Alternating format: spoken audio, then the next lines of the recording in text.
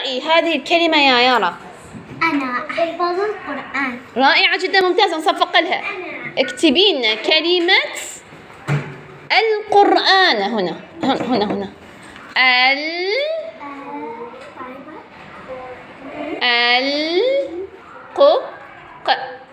طمق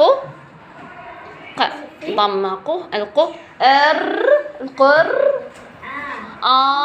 عليها مدة، عليها مدة، عافية. قرآن ان فتحنا. رائعة جدا، ممتازة يا يارا. تفضل محمد، صفق لي يارا، نصفق ليارا. محمد اقرأ لي هذه الكلمة، الجملة أو الكلمة. يلا أشر. سألت فاطمة أخاها. أحسنت، رائع جدا. اكتب لي كلمة فاطمة هنا فا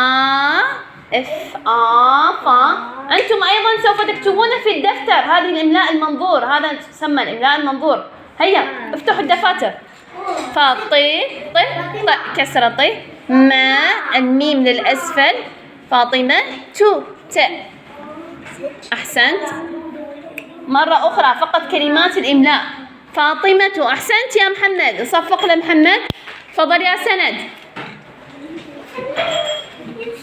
يلا يا سند على السريع، اقرأ لي هذه الكلمة.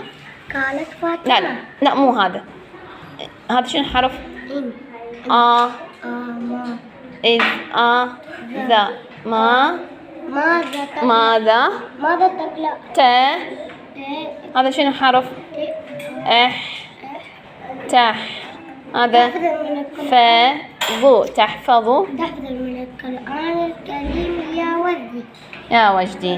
تمام، اكتب لي كلمة وجدي. تعال انظر إليها. وجدي. هنا اكتب هنا. لحظة أعطيك قلم أزرق، سوف أعطيك القلم الأزرق، تفضل. نعم، اكتب كلمة وجدي. فتحة وج شلون نكتب الإج؟ عافية، جوا نقطة لي جوا. وجدي. نعم، وجد. أحسنت، انصفق السند. رائع جدا يا سند، ممتاز.